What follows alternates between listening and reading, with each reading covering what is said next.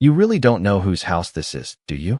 Angela Brooks said softly, and for a moment the flashing blue lights seemed to freeze in the humid Georgia dawn.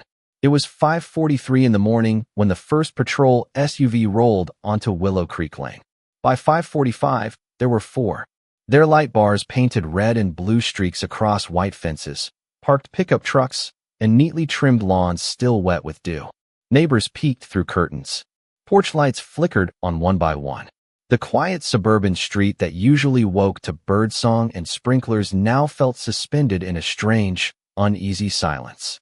Angela stood on the front steps of her small brick home wearing gray scrub pants, white sneakers, and a navy hoodie zipped halfway against the cool morning air. She had just finished a 12-hour overnight shift at St. Mary's Regional Hospital less than 30 minutes earlier. Exhaustion rested behind her eyes, but fear did not. Her dark curls were pulled into a loose bun, and one hand still held the insulated coffee tumbler she had carried home from work. Across her lawn, Officer Ethan Cole stepped forward with the confidence of a man who believed the entire neighborhood belonged to him. His polished badge caught the rotating lights. His jaw was set. His posture was rigid. Behind him stood three other officers, each watching Angela with expressions that ranged from suspicion to discomfort. "Ma'am, stay where you are," Cole said. "We have questions regarding an active investigation." Angela glanced at the patrol vehicles, then at the gathering crowd. Mrs. Patterson from next door stood frozen in her bathrobe. Two teenage boys across the street had already pulled out their phones. An older man walking his Labrador had stopped entirely, leash hanging loose from his hand. Everyone was watching. Everyone was waiting. Angela took a slow breath. The air smelled like wet grass and pine trees. Somewhere in the distance, a mockingbird called from a power line. "An investigation?" she asked calmly. "About what?" Cole didn't answer immediately. Instead, he looked toward one of the officers standing beside a cruiser. The younger man shifted uncomfortably and looked away. That tiny hesitation told Angela more than any explanation could have. Whatever had brought them here, they weren't entirely sure themselves. Cole finally squared his shoulders. "We received information linking this property to criminal activity." A murmur rippled through the neighbors. Angela blinked once, then twice. Not because she was shocked, but because she was trying to understand how absurd the accusation sounded. This house had been in her family for nearly 20 years. She spent her nights caring for patients and her weekends tending roses along the front fence. Criminal activity was the kind of phrase people attached to headlines and television dramas, not to a woman whose biggest concern yesterday had been whether her tomato plants needed more sunlight. "That's interesting," Angela replied, "because I've been at the hospital all night." Cole's expression hardened. "That's not for you to decide." The statement hung in the air. Several neighbors exchanged uncertain glances. Angela noticed the way one officer looked down at the sidewalk. Another adjusted his vest and avoided eye contact altogether. Something felt wrong. Not dangerous. Wrong. Like pieces of a puzzle forced together where they didn't belong. The morning sun had begun creeping above the tree line, casting long golden rays across the rooftops. The flashing lights suddenly looked harsh against the growing daylight. Angela stepped down one stair, stopping before her feet touched the walkway. "Do you have a warrant?" she asked. The question landed with surprising weight. Cole's jaw tightened. No answer came. Not from him. Not from anyone. Even the neighbors seemed to lean forward, waiting, listening. Angela's gaze moved slowly across the officers. Years of working emergency rooms had taught her how to read people. She knew what panic looked like, what guilt looked like, what uncertainty looked like. And right now, she saw uncertainty everywhere. Cole took another step forward. "Ma'am, I'm asking you to cooperate." "I am cooperating," Angela said. "I'm standing on my own porch asking a simple question." The street fell silent again. A breeze rustled the oak trees overhead. Somewhere down the block, a garage door opened and then immediately stopped, its owner apparently deciding this was more important. Angela tightened her grip on her coffee tumbler. Then she noticed something. One of the officers standing near the second SUV. A face she recognized. Not from today. Not from this neighborhood. From somewhere else. Somewhere buried in memories she hadn't touched in years. Her expression changed almost imperceptibly. The officer noticed. Their eyes met. And for the briefest moment, color drained from his face. Angela knew that face.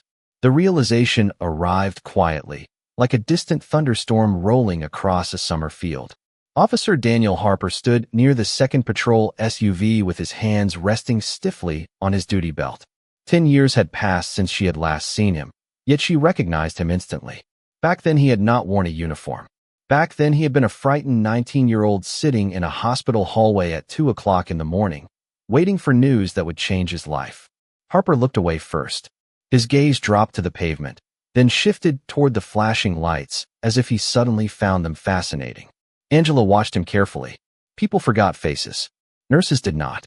Especially not nurses who spent their lives helping people through the worst nights they would ever experience. A memory flickered through her mind. Rain hammering against emergency room windows. The smell of antiseptic. A young man sitting alone with his head in his hands after his mother suffered a severe medical crisis. Angela had been there. She had stayed long after her shift ended because nobody else had. She remembered bringing him coffee. She remembered explaining every update from the doctors when he was too overwhelmed to understand. Most of all, she remembered the look of gratitude in his eyes when his mother finally recovered. Now that same man stood 20 feet away pretending not to know her. The silence stretched. Officer Cole noticed the exchange immediately. His eyes narrowed. "Do you know this officer, ma'am?" he asked. Angela kept her gaze on Harper. I think that question would be better directed at him. Several neighbors exchanged curious looks. Harper swallowed visibly. The muscles in his jaw tightened. For a second, Angela thought he might speak. Instead, he remained silent. Cole's irritation deepened. He had expected compliance. He had expected confusion. What he was getting instead was something he disliked far more. Control. Angela was not angry. She was not shouting. She was not giving him anything he could use. She simply stood there, calm and steady, while his operation slowly began to feel less certain. Across the street, more people had emerged from their homes. A delivery driver parked at the curb and stepped out to watch. A woman walking her terrier paused near a mailbox. The crowd was growing. Cole could feel it. Every passing second made the scene harder to manage. Angela glanced toward her small front garden. The roses she had planted 3 years earlier were beginning to bloom. Soft pink petals caught the early sunlight. She had spent countless weekends nurturing them after exhausting hospital shifts. The sight grounded her. It reminded her who she was beyond this moment, beyond the flashing lights, beyond the assumptions. 3 houses down, Mrs. Patterson finally found her voice. Angela has lived here for years, she called out. She takes care of half the neighborhood when people get sick. Another neighbor nodded. Then another. Small comments began drifting through the crowd. Nothing loud, nothing confrontational, just simple observations. Facts, real memories, real experiences, the kind that quietly dismantled a false narrative. Cole's shoulders stiffened. He was losing the room. Angela noticed. So did Harper. The younger officer shifted his weight uneasily and finally lifted his eyes. For the first time that morning, he looked directly at her. There was recognition there now, and something else. Regret. A soft breeze carried the scent of freshly cut grass down the street. Somewhere nearby, a sprinkler clicked rhythmically across a lawn. The ordinary sounds of morning felt strangely powerful against the artificial chaos of patrol lights and radio chatter. Angela folded her arms loosely. "Daniel," she said calmly. The use of his first name hit harder than any accusation could. "Have." Harper's face paled. Cole immediately turned toward him. "You know her?" Harper hesitated. The entire street seemed to hold its breath. Finally, he nodded once. Slowly, reluctantly. "Yes, sir," he said. His voice sounded smaller than before. "I know her." Cole stared at him. "How?" Harper looked back at Angela. The answer sat between them, heavy and unavoidable. Then he exhaled and said the one thing Officer Cole clearly had not expected to hear. "Because years ago," Harper said quietly, "she helped save my family when nobody else would." The words settled over Willow Creek Lane like a sudden change in weather. Nobody spoke. Even the distant crackle of police radios seemed quieter. Officer Ethan Cole stared at Daniel Harper as if he had misheard him. "What did you just say?" Cole asked. Harper straightened slightly, though uncertainty still lingered in his expression. "I said she helped save my family." His voice was clearer now, stronger. The statement changed something. Not everything, but enough. Angela watched the shift happen in real time. Neighbors who had been merely curious were now paying closer attention. Officers who had seemed confident moments earlier were beginning to exchange uncertain glances. The story unfolding in front of them no longer matched the assumptions they had arrived with. Cole folded his arms. That does not change why we are here. Angela noticed how quickly he said it. Too quickly. Almost as if he needed everyone to believe it before he could believe it himself. The morning sun climbed higher above the rooftops, washing the street in pale gold light. Shadows shortened across driveways. The flashing patrol lights looked increasingly out of place against the peaceful neighborhood. Harper glanced toward Angela again. The memory clearly weighed on him now. Years ago, his mother had arrived at St. Mary's Regional Hospital during one of the worst nights of his life. Angela had been working an extended shift. She had stayed long after her schedule ended because a frightened teenager had nobody else in that waiting room. Harper remembered every detail. The paper coffee cup she had handed him. The reassuring tone she used when doctors spoke in complicated medical terms. The quiet kindness she showed without ever asking for recognition. People forgot many things. They did not forget who stood beside them when they were terrified. Cole took another step toward Angela's property. We received a credible report. His tone sharpened. That report led us here. Angela tilted her head slightly. Credible according to whom? Again, the question lingered unanswered. One of the officers near the rear vehicle shifted his stance. Another looked toward Cole, waiting. Nobody volunteered information. The silence itself became an answer. Across the street, Mrs. Patterson folded her arms. Then maybe you should tell everyone what this report actually says. Several neighbors nodded. Cole's expression tightened. He clearly disliked the growing audience participation. This was supposed to be straightforward. An early morning operation. A quick display of authority. A simple narrative. Instead, every minute seemed to introduce new complications.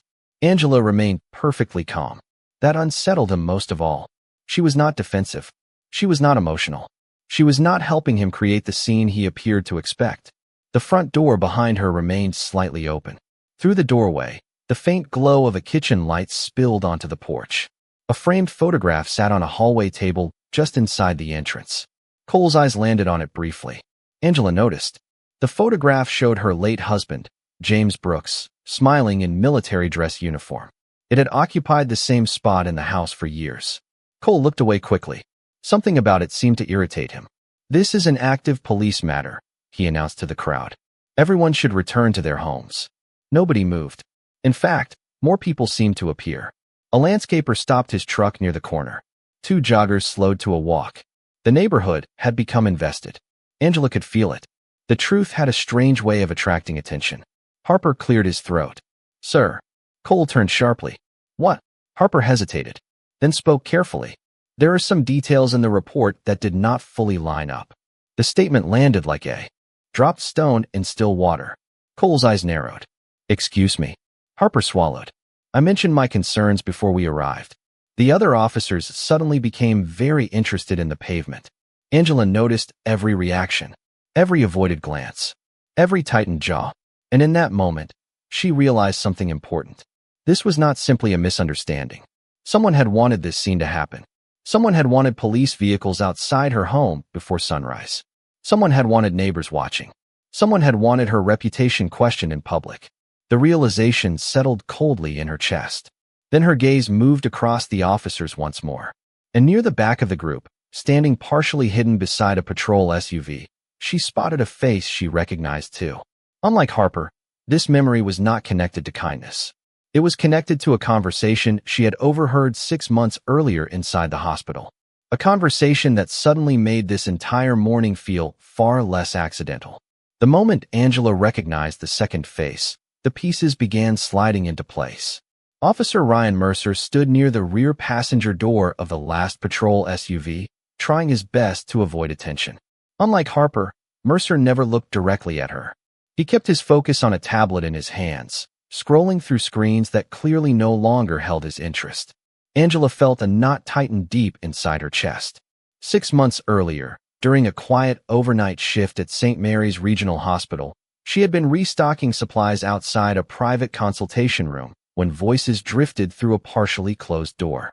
She had not intended to listen. Nurses learned early that privacy mattered, but certain words were impossible to ignore. She remembered hearing Mercer's name. She remembered hearing concern in a physician's voice. More importantly, she remembered hearing another name, Marcus Reed. At the time, the conversation had made little sense.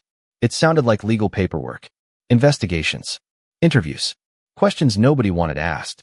Angela had forgotten most of the details. At least she thought she had.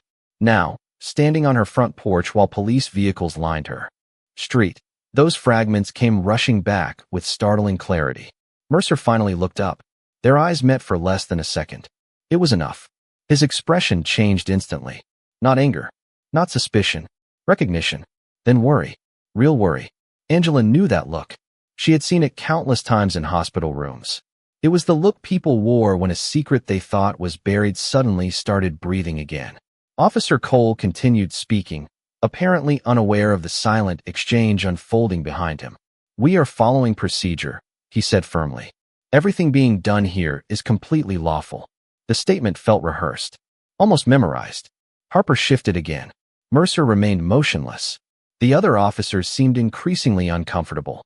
It was as though everyone had been given slightly different versions of the same story. Angela slowly descended one more step on her porch. Not toward the officers. Not toward just enough to feel the warmth contrasted sharply with the tension hanging over the street. She looked directly at Cole. "Who filed the report?" she asked. "That information is confidential." Convenient. A few neighbors murmured agreement. Cole ignored them. Angela studied him carefully. He was not nervous. That was what stood out most. Harper was nervous. Mercer was nervous. The younger officers were nervous. Cole was not. He genuinely believed he was in control, which meant someone had given him enough confidence to act publicly before verifying facts. That realization concerned her more than the patrol vehicles themselves. Because confident people rarely question bad information. They simply acted on it. A cloud drifted across the rising sun, briefly dimming the neighborhood. The flashing lights reflected against windows and parked cars. Then Angela remembered something else. A date. For months ago. A patient transfer. A conversation in a hospital corridor. Marcus Reed's name had surfaced again, this time attached to a federal inquiry involving misconduct complaints and missing evidence records. She had not paid much attention. Hospital staff heard fragments of hundreds of stories every week. Most disappeared into the background. Noise of long shifts and crowded hallways. Yet now those fragments felt connected. Mercer suddenly cleared his throat. The sound was small, but so did Harper. Both men briefly looked toward each other. It lasted less than a second. Still, it confirmed what Angela already suspected. They knew something Cole did not. Or perhaps something he refused to see. More phones appeared. More whispers spread. The operation that was supposed to intimidate was becoming increasingly difficult to control. Then Angela saw Mercer subtly glance toward the street corner. Not at a neighbor. Not at another officer. At a dark sedan parked nearly half a block away. The vehicle had tinted windows. No markings. No obvious connection to anyone present. Yet Mercer kept looking at it. Once. Twice. 3 times. Angela followed his gaze. Her pulse quickened. Because she suddenly realized the police might not be the only people watching her house that morning. And whoever was inside that sedan appeared to be waiting for something very specific to happen. Angela could not stop looking at the dark sedan parked near the corner. It sat perfectly still beneath the shade of a large oak tree, its tinted windows reflecting the growing morning light. Whoever occupied the vehicle had not stepped out, had not spoken, had not moved. Yet the presence of that car felt heavier than the 4 patrol SUVs surrounding her home.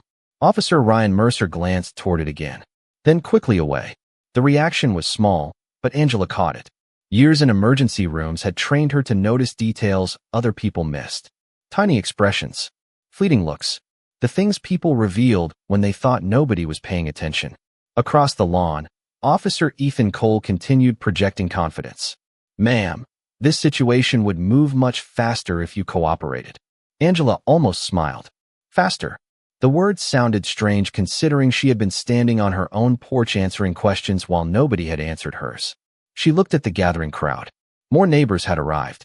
Some stood on sidewalks. Others remained near driveways holding coffee mugs and phones.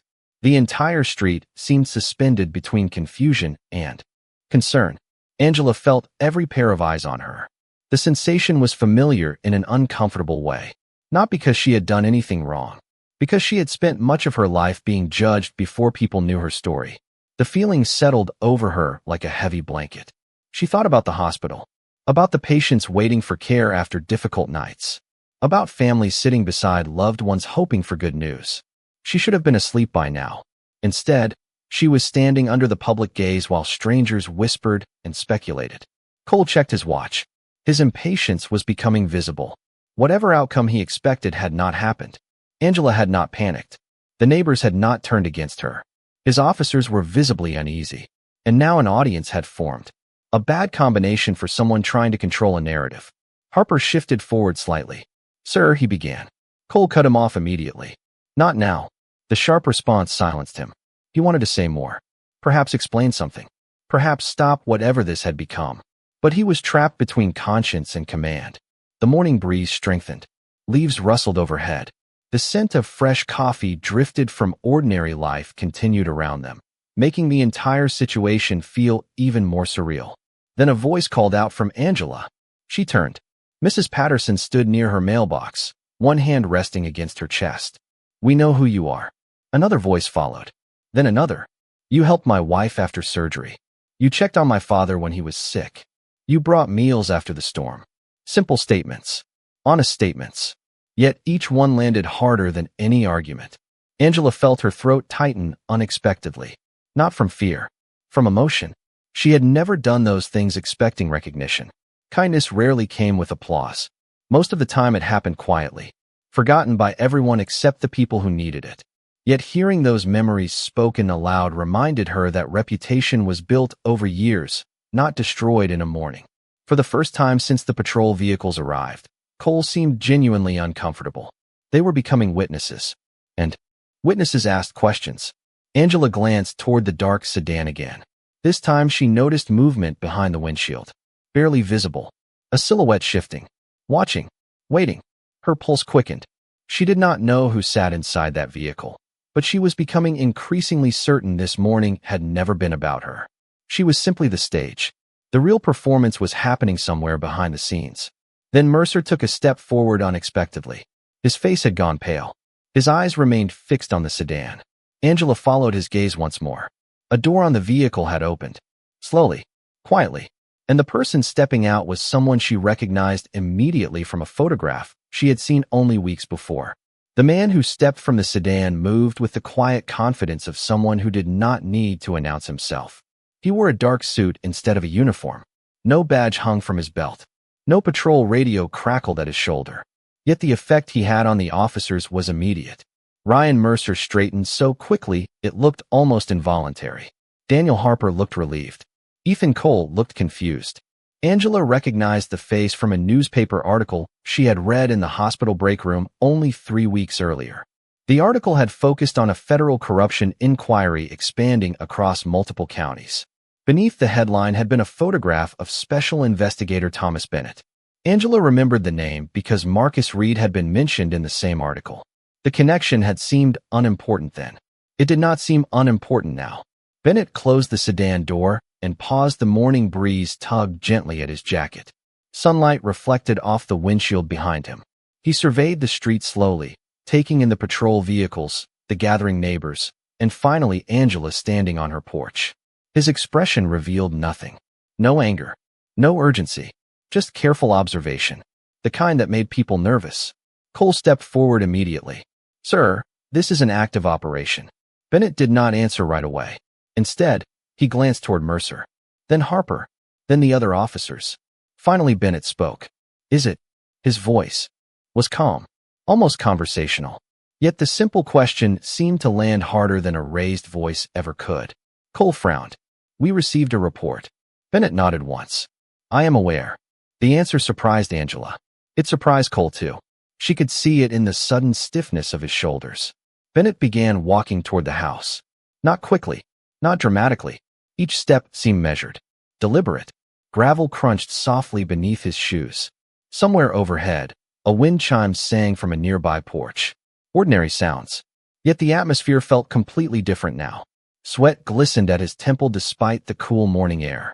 Harper folded his arms and stared toward the ground. Nobody appeared eager to speak. Bennett stopped near the front gate and looked up at Angela. For a brief moment, neither of them said anything. Then he offered a small nod. It was not a greeting. It felt more like confirmation, as though he had arrived exactly where he expected to be. Angela felt a strange sense of clarity settle over her. For hours, the morning had felt chaotic. Questions without answers. Suspicion without explanation. Now, for the first time, she sensed a hidden structure beneath everything. A pattern. Bennett turned back toward the officers. "Has anyone entered the property?" he asked. "No," Cole answered. "Good." Again, the response seemed to catch everyone off guard. Cole blinked. Mercer looked away. The neighbors exchanged confused glances. Angela folded her arms loosely against the morning chill. The sun was fully above the rooftops now. Golden light spilled across lawns and sidewalks. The flashing patrol lights looked weaker than before. Less important. Bennett reached into his jacket pocket and removed a slim folder. He opened it briefly, scanned a page, then closed it again. Several officers were watching the folder more closely than they were watching him. Fear flickered across faces that had arrived carrying confidence. Then Bennett looked directly at Mercer. "Officer Mercer." Mercer swallowed. "Yes, sir. Would you like to explain why your name appears in 3 separate interviews connected to this investigation?" The question struck the street like a lightning bolt without thunder. Nobody moved. Nobody spoke. Even the breeze seemed to disappear. Angela watched the color drain from Mercer's face. And in that instant, she realized the attention had never truly been focused on her home. Her home had simply been the place where someone else's secret was about to come apart. Ryan Mercer looked as though the ground beneath him had shifted. His mouth opened slightly, but no words came out. The tablet in his hands suddenly seemed forgotten. Around him, the other officers exchanged uneasy glances. For the first time that morning, nobody appeared focused on Angela. Every eye had turned toward Mercer. Every question now pointed somewhere else. Special Investigator Thomas Bennett remained perfectly calm. He did not raise his voice. He did not step closer. He simply stood near the front gate holding the slim folder while silence did the work for him. "I think there has been some misunderstanding," Mercer finally said. The sentence sounded fragile the moment it left his mouth. Bennett nodded once. "That is exactly what we are trying to determine." Officer Ethan Cole frowned. "What is this about?" Bennett looked toward him. "You were not informed?" Cole's expression changed. Just slightly. But the question had landed in a place Cole clearly did not expect. "Informed about what?" he asked. Bennett opened the folder again. Morning sunlight illuminated several pages clipped neatly inside. This operation became part of a larger review approximately 6 weeks ago. The street grew quiet once more. Angela could hear a wind chime somewhere down the block. She could hear birds moving through the oak trees overhead. Ordinary sounds. Yet every person present seemed frozen in place. Bennett continued. Several reports submitted through official channels contained information that could not be verified. He glanced toward Mercer. The same names appeared repeatedly. Mercer looked away. Harper closed his eyes briefly. The other officers stood motionless. Angela felt something click into place. The strange conversations she remembered. The nervous glances. The hidden tension. None of it had been random. A much larger story had been unfolding behind the scenes. And somehow her house had become the place where it finally surfaced. Cole stepped forward. "Are you saying this report was false?" Bennett considered the question carefully. "I am saying that we are investigating how it was created, who approved it, and why it was pushed forward despite multiple concerns." The answer hit harder than a direct accusation. Phones remained raised. Every word was being recorded now. Patterson placing a hand over her mouth. The older woman looked both shocked and relieved. Shocked by what she was hearing. Relieved because none of it matched the assumptions made about Angela only an hour earlier. Mercer suddenly spoke. "I followed instructions." The sentence came out quickly. Too quickly. Bennett's eyes settled on him. "Whose instructions?" Mercer hesitated. His breathing became visible in the cool morning air. The pause seemed endless. Then another voice entered the conversation. "That would be an excellent question." Heads turned instantly. A second vehicle had arrived without anyone noticing. A black SUV rolled quietly to the curb behind Bennett's sedan. The driver's door opened. A tall man stepped out wearing a dark jacket and sunglasses. Angela felt her heart skip. She recognized him immediately. Marcus Reed. The same Marcus Reed whose name had surfaced repeatedly in hospital conversations, newspaper articles, and federal reports. The same Marcus Reed connected to investigations nobody wanted discussed. He removed his sunglasses as he approached. His expression remained unreadable. Yet something changed across the faces of several officers. Harper looked relieved. Bennett looked unsurprised. Mercer looked terrified. Even Ethan Cole appeared uncertain now. Marcus stopped beside Bennett and glanced toward Angela. A small nod passed between them. Nothing dramatic. Nothing theatrical. Yet Angela understood its meaning instantly. He knew exactly who she was. More importantly, he knew exactly why she was standing there. Marcus turned toward the officers. "Good morning," he said calmly. "I believe we are finally ready to talk about what really brought everyone here today." The effect was immediate. The moment Marcus Reed stepped into the center of the street, the balance of power shifted without a single raised voice. He stopped beside Thomas Bennett and looked slowly across the gathered officers. Years of military service had given him a presence that needed no introduction. He carried himself with quiet certainty, the kind built through experience rather than authority. The neighbors sensed it too. Conversations faded. Phones remained lifted. Even the birds in the oak trees seemed distant now. Marcus turned toward Angela first. "Ms. Brooks," he said respectfully, "thank you for your patience this morning." The simple acknowledgement caught several people off guard. Angela nodded once. "I wish I understood what was happening." Marcus looked toward Bennett, then back toward her. "You are about to." Ethan Cole stepped forward. His confidence had diminished, but he was still trying to regain control of the situation. "With all due respect, this is my operation." Marcus met his gaze calmly. "No, Officer Cole. It stopped being your operation weeks ago." The words landed heavily. Cole's expression hardened. Around him, several officers looked increasingly uncomfortable. Bennett opened the folder again. The pages inside fluttered slightly in the breeze. "The report that brought everyone here this morning was flagged almost immediately," Bennett explained. Several details did not match known records. Addresses were altered. Timelines conflicted. Witness statements could not be verified. He paused. Yet somehow it continued moving forward. Angela watched Mercer closely. The officer looked exhausted now.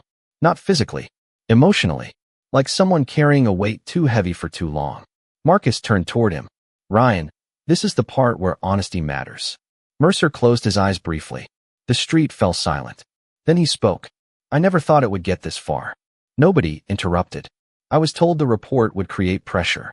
His voice shook slightly. That was all. Cole stared at him. "What are you talking about?" Mercer swallowed hard. The report was not about Angela Brooks. A ripple moved through. Angela felt her pulse quicken. She had suspected as much. Hearing it confirmed was something else entirely. Mercer continued. "Her address was used because someone believed it would draw attention away from the real investigation." Bennett nodded slowly. "And who suggested that?" Mercer looked down at the pavement. For several seconds he said nothing. Then he spoke a name. The reaction was immediate. Two officers exchanged stunned looks. Harper shook his head in disbelief. Even Cole seemed blindsided. Angela did not recognize the name, but the response around her made one thing clear. Whoever had orchestrated this stood much higher than anyone expected. Marcus folded his arms. For 18 months, federal investigators have been reviewing complaints involving manipulated reports, missing records, and improper use of department resources. He looked toward the gathered neighbors. This morning was supposed to expose a target. Instead, it exposed a pattern. The words settled over the street. Angela glanced toward her house. The roses swayed gently in the breeze. Her coffee tumbler still sat on the porch railing exactly where she had left it hours earlier. Such ordinary details. Yet everything felt different now. Cole finally spoke. "And Angela Brooks?" Bennett answered before Marcus could. Angela Brooks was never the subject of this investigation. The statement echoed across the neighborhood. Mrs. Patterson wiped tears from her eyes. One of the younger officers lowered his head. Shame spread through the group more effectively than any reprimand could have. Angela stood quietly, absorbing everything. The humiliation of the morning, the suspicion, the whispers, all of it had been built on something false. Marcus looked toward her again. "You were dragged into a situation you never created." Angela considered his words carefully. Then she surprised everyone. "I do not want anyone punished because of me." The statement hung in the air. Bennett blinked. Harper looked stunned. Even Mercer raised his head. Angela's voice remained calm. I just want the truth to matter more than assumptions. For the first time that morning, Marcus smiled. Not a large smile, just enough to reveal genuine respect. The rising sun bathed Willow Creek Lane in warm gold light. The flashing patrol lights seemed dim now. Small. Temporary. Truth had finally entered the conversation. And once it arrived, everything else began to shrink. By late afternoon, Willow Creek Lane looked like itself again. The patrol vehicles were gone. Front doors were open. Lawnmowers hummed in the distance. Children rode bicycles along the sidewalks as if the morning had never happened. Yet for Angela Brooks, the street felt different. Not because the neighborhood had changed, because the truth had finally caught up with it. The sun hung low above the rooftops, casting long golden shadows across the lawns. Warm light spilled over her rose garden, turning the pink petals almost amber. Angela stood near the flower beds with a watering can in one hand. The steady stream of water darkened the soil around the roots. The simple task calmed her. It always had. Hospitals taught people how fragile life could be. Gardens taught them patience. Across the street, Mrs. Patterson stepped onto her porch and offered a small wave. Angela returned it with a smile. No words were needed. Earlier that afternoon, some brought cookies. Others brought flowers. One family delivered a handwritten card thanking her for everything she had done over the years. Angela had accepted each gesture graciously, but what stayed with her most was not the gifts. It was the look in their eyes, the certainty. They had chosen to remember who she was instead of believing what they were told. A pickup truck rolled slowly past the house. The driver lowered his window. "Have a good evening, Angela." "You too," she replied. The truck continued down the street. The moment passed quietly, yet it carried more meaning than anyone realized. Earlier that morning, she had stood beneath suspicion. Now she stood beneath understanding. Near the front porch, a familiar black SUV rested at the curb. Marcus Reed leaned casually against the passenger door. He had remained longer than expected, helping investigators complete reports and answer questions. Now the work was finished. Evening sunlight reflected softly from the windshield. Marcus looked toward the garden. "You know," he said, "most people would be angry." Angela continued watering the roses. "Maybe." Marcus smiled faintly. "Most people would definitely be angry." Angela set the watering can down and brushed a bit of dirt from her hands. "But maybe how people respond afterward can." Marcus studied her, then nodded. "For reminding people that integrity does not need a badge, a title, or a spotlight." Then Marcus climbed into the vehicle. The sky shifted from gold to soft shades of blue and violet. She knelt beside the roses and adjusted a small support stake near one of the younger plants. And a peaceful street, finally learning the difference between suspicion and character.